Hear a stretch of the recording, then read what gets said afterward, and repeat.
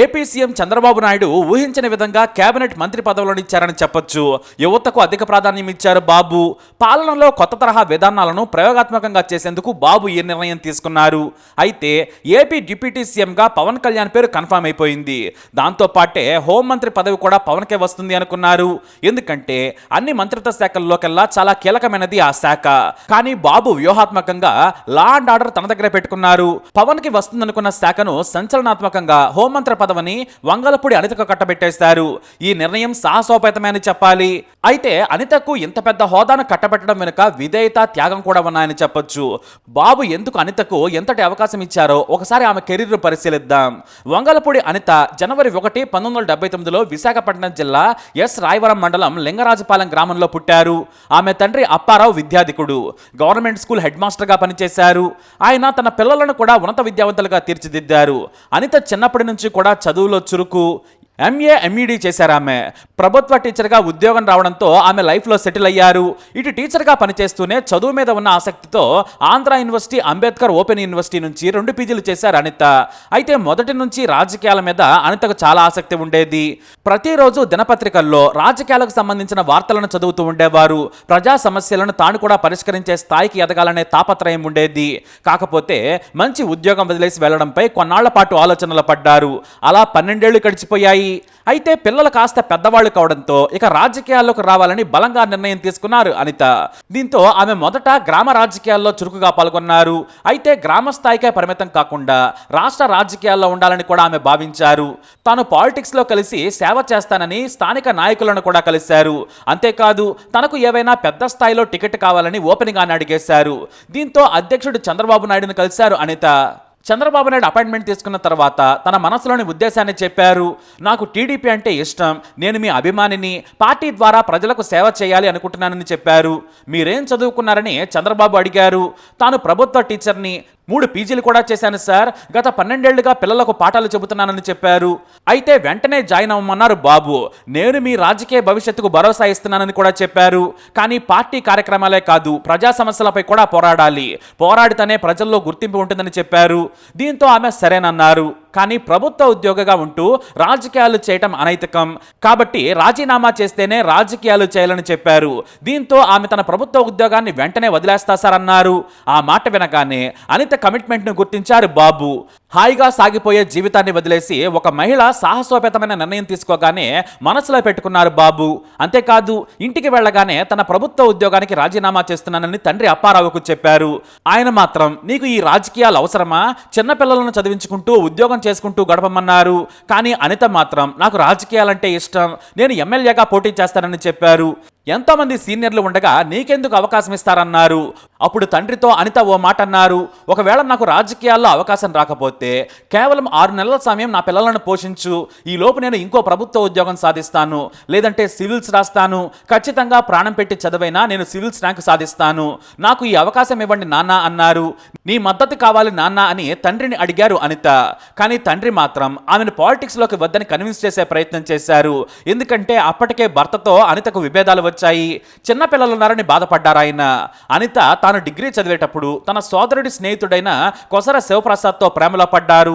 పెద్దలను ఎదిరించి మరీ ప్రేమ వివాహం చేసుకున్నారు. వీరికి 2 పిల్లలు, ఓ కొడుకు ఓ కూతురు ఉన్నారు. ఆ తర్వాత క్రమంలో ఇద్దరి మధ్య విభేదాలు రావడంతో ఒకరిపై ఒకరు పోలీస్ స్టేషన్లో ఫిర్యాదు చేసుకున్నారు. నాటి నుంచి పిల్లలకు తానే తల్లి తానే తండ్రి అయి పెంచుకున్నారు. అందుకే తండ్రి మొదట వద్దని వారించినా చివరకు ఆమె మొండి పట్టుదలను చూసి సరేనన్నారు. దాదాపుగా 2 ఏళ్లు గ్రామ రాజకీయాల్లో చురుకుగా ఉంటూనే నియోజకవర్గ స్థాయిలో పోరాటాల్లో పాల్గొనడం మొదలుపెట్టారు అనిత. సరిగ్గా 2014లో చంద్రబాబు నాయుడు హామీ ఇచ్చినట్లుగానే పాయకరావుపేట ఎమ్మెల్యేగా పోటీ చేసే అవకాశం ఇచ్చారు. ఆ అవకాశాన్ని ఉపయోగించుకొని గెలిచారు అనిత. వైసీపీ అభ్యర్థి చెంగల వెంకట్రావును ఓడించి ఎమ్మెల్యేగా గెలిచారు. పాయకరావుపేట నుంచి విజయం సాధించిన 2వ ఎమ్మెల్యేగా రికార్డు క్రియేట్ చేశారు అనిత. అయితే 2018లో అనితను టీటీడీ బోర్డు మెంబర్గా నియమించారు బాబు. కానీ గతంలో నేను క్రిస్టియన్ను, నా బ్యాగులో ఎప్పుడూ బైబిల్ ఉంటుందని చేసిన ఓ వీడియోను బీజేపీ నాయకులు వైరల్ చేశారు.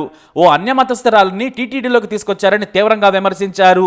నేను హిందువునని ఆమె వాదించినా కూడా ఎవరూ నమ్మలేదు. దీంతో తనకు తనగా ఆ పదవి నుంచి తప్పుకున్నారు అనిత. అదే ఏడాది వైసీపీ లీడర్ రోజాకు అనితకు మధ్య మాటల యుద్ధం తీవ్రమైంది.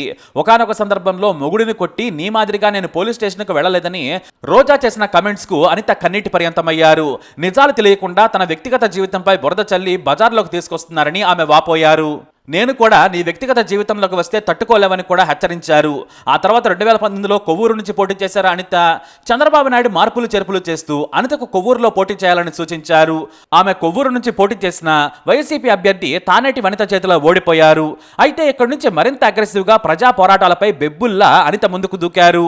వైసీపీ ప్రభుత్వానికి వ్యతిరేకంగా ప్రజా పోరాటాలు చేశారు. ఎన్ని కేసులు పెట్టినా భయపడలేదు, బెదిరించినా కూడా వెనక్కి తగ్గలేదు. దీంతో చంద్రబాబు నాయుడు ఆమె పోరాట స్ఫూర్తిని చూసి 2021లో టీడీపీ మహిళా అధ్యక్షురాలిగా పదవి కట్టబెట్టారు. అనితను ఆమె పోరాటాలను అణిచివేసేందుకు ఎన్నో కేసులు పెట్టింది గత ప్రభుత్వం. ఇటు పోలీసులు కూడా అనితను కట్టడి చేసేందుకు ప్రత్యేకమైన స్కెచ్ వేసేవారట. అనిత ఇంట్లో నుంచి బయటకు వచ్చి ఆందోళనకు దిగుతుందని తెలియగానే పోలీసులు రెడీ అయ్యేవారు. సరిగ్గా ఆమె కారు జగదాంబ కూడలికి వచ్చేసరికి పోలీసులు 4 వాహనాలతో అడ్డుకొని అక్కడే అరెస్ట్ చేసేవారు. దీంతో ఆమె ప్లాన్ మార్చేసేవారు. కానీ ఆమె వ్యూహాలను పసిగట్టి ఆర్టీసీ కాంప్లెక్స్ దగ్గర మరో 3 వాహనాల్లో 20 మంది పోలీసులు వెయిట్ చేసి చక్రబంధంలో ఇరికించేసి ముందుకు కదలనీయకుండా చేసి అరెస్ట్ చేసి స్టేషన్కి తరలించేవారు. అయితే ఆర్టీసీ కాంప్లెక్స్ దగ్గర తన కోసం పోలీసులు ఉన్నారని తెలుసుకున్న అనిత ఎంవీపీ కాలనీ దగ్గరకు చేరుకునేవారు. దీంతో అక్కడ కూడా పోలీసులు 5 స్పెషల్ వెహికల్స్ను ఏర్పాటు చేసేవారు.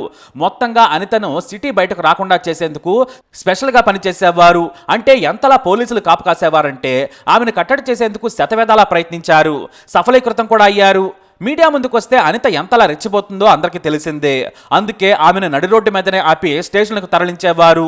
పాయకరావుపేట నియోజకవర్గానికి కూడా వెళ్లకుండా చూసేవారు. దాదాపుగా 20 కేసులను నమోదు చేసి బెదిరించారు పోలీసులు. చివరకు డీజీపీ సైతం అనితను గేటు దాటి ఆఫీసులోకి రానివ్వలేదు. మహిళలపై జరుగుతున్న అఘాయిత్యాలపై వినతి పత్రం ఇచ్చేందుకు వస్తుంటే గేటు దగ్గరే అనితను ఆపేశారు. గేటు దగ్గర ఉన్న కానిస్టేబుల్ కు వినతి పత్రం ఇచ్చిపోవాలని పోలీసులు అతి చేసి ఆమెను అవమానించారు.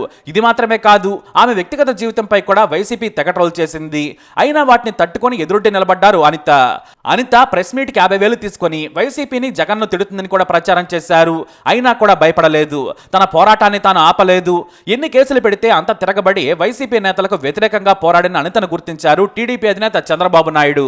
వైసీపీ నాయకుల పోరాటాలకు ఒక మహిళ ఉండి కేసులకు భయపడకుండా పార్టీ కోసం అనిత చేసిన త్యాగం చంద్రబాబు నాయుడుకు నచ్చింది. పార్టీకి విధేయత చూపిస్తూ పార్టీని నిలబెట్టేందుకు అధికార వైసీపీ నేతల ఆగడాలకు పోలీసుల బెదిరింపులకు వెరవకుండా పోరాడిన అనితను ఏకంగా హోంమంత్రిని చేశారు బాబు. ఏ డీజీపీ ఆఫీసులో అయితే అనితకు అవమానం జరిగిందో అదే ఆఫీస్ ఇప్పుడు రెడ్ కార్పెట్ పరిచింది. తనను గేటు కూడా టచ్ చేయనివని పోలీసులు గేట్లు బార్లా తీశారు. తనను కలిసేందుకు కూడా నాటి డీజీపీ ఒప్పుకోలేదు. కానీ వారే సెల్యూట్ చేసేలా అనిత క్వీన్ లా ఎంట్రీ ఇవ్వడం విశేషం. ఇక ఒకప్పుడు విశాఖలో తన కారు బయటకు వస్తేనే 10ల సంఖ్యలో పోలీసు వాహనాలు అడ్డుగా ఉండేవి. కనీసం 25 మంది మహిళా కానిస్టేబుల్ను మోహరించి అరెస్ట్ చేసి అడ్డుకునేవారు. స్టేషన్లో కూడా అమర్యాదగా ప్రవర్తించేవారు. ఇప్పుడు వారంతా కూడా అనితను చూసి దడుచుకోవాల్సిందే. ఉమ్మడి విశాఖలో ఆగడాలకు చెక్ పెట్టాలంటే అనితనే కరెక్టు. అంత దూకుడుగా పార్టీకి విధేయతగా చెప్పింది చెప్పినట్లే చేసే నేతగా అనిత ఉంటుందని బాబు బలంగా నమ్మారు. రౌడీయిజం పెరిగిన ఉమ్మడి విశాఖలో అన్ని సెట్ చేసేందుకు అనిత దూకుడుగా వెళ్ళగలదు. పార్టీ కార్యకర్తలకు స్పాట్లో న్యాయం చేయగలదని బాబు నమ్మకం. అందుకే హోంశాఖ ఇచ్చి మరీ గౌరవించారు. దీంతో ఏ పోలీసులు అయితే తనను అవమానించారో, ఏ పోలీసులు అయితే అడ్డుకున్నారో వాళ్లే ఇప్పుడు ప్రోటోకాల్ ఇస్తూ సెల్యూట్ చేయాల్సిన పరిస్థితి ఏర్పడింది. ప్రజాస్వామ్యానికి ఉన్న బలమే ఇదని చెప్పొచ్చు. మరి అనితకు congrats and all the best చెప్పండి. మీ అభిప్రాయాన్ని కమెంట్ ద్వారా తెలియజేయండి. ఇప్పుడు అప్డేట్స్ కోసం మా ఛానల్ ఫాలో అవ్వండి. అలాగే తప్పకుండా సబ్స్క్రైబ్ చేసుకోండి.